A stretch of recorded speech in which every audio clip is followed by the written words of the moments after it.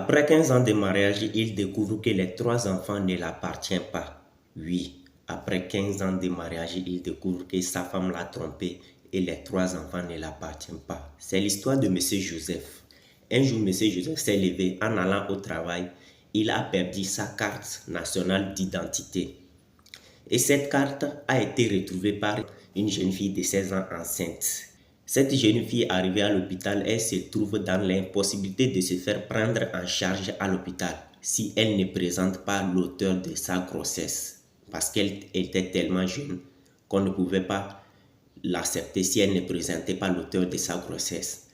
La jeune fille décide alors de présenter la carte de Monsieur Joseph comme l'auteur de sa grossesse et qu'elle connaît aussi bien que c'est vraiment l'auteur de la grossesse.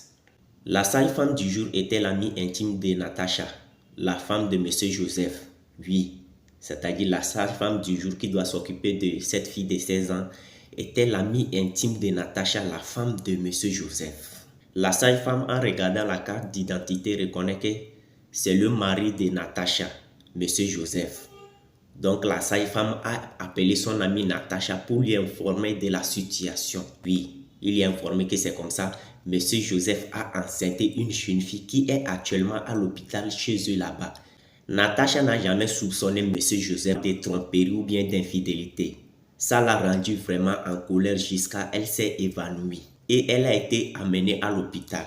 Et Monsieur Joseph a été informé depuis son travail que c'est comme ça. Sa femme s'est évanouie et elle a été amenée à l'hôpital. Monsieur Joseph se rend à l'hôpital chez sa femme pour aller regarder comment va sa femme. Monsieur Joseph arrive à l'hôpital et commence par demander d'après sa femme. Sa femme, après avoir entendu la voix de son mari, s'élève et commence par insulter Monsieur Joseph. Elle est vraiment violente envers Monsieur Joseph. Oui, elle a commencé à insulter Monsieur Joseph d'infidélité, de tous les noms. Elle était tellement violente envers Monsieur Joseph que Monsieur Joseph demandait pardon, l'expliquait tout, mais Natacha refuse toujours d'écouter Monsieur Joseph. Quelques minutes après, quand sa femme s'est calmée, Monsieur Joseph a décidé de faire un test de sang pour prouver son innocence. Lorsque Monsieur Joseph a fait un test de sang, Monsieur Joseph a découvert qu'il était stérile et ne pouvait jamais faire d'enfant. Monsieur Joseph se tient la tête et commence par crier en demandant à sa femme, qui est le père de leurs 3 enfants, après 15 ans de mariage, qui est l'auteur de leurs 3 enfants. C'est en ce moment Natacha s'est levée, commencé par demander pardon.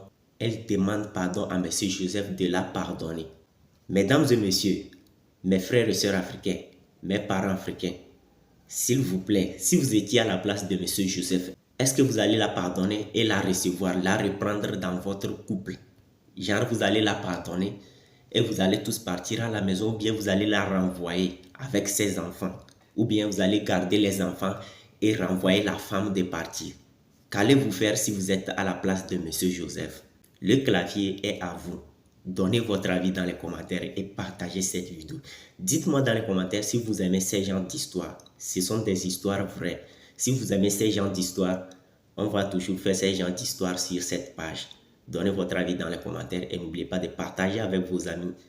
Prenez votre part des conseils dedans et partagez avec vos amis. On se dit à la prochaine. Que Dieu vous bénisse.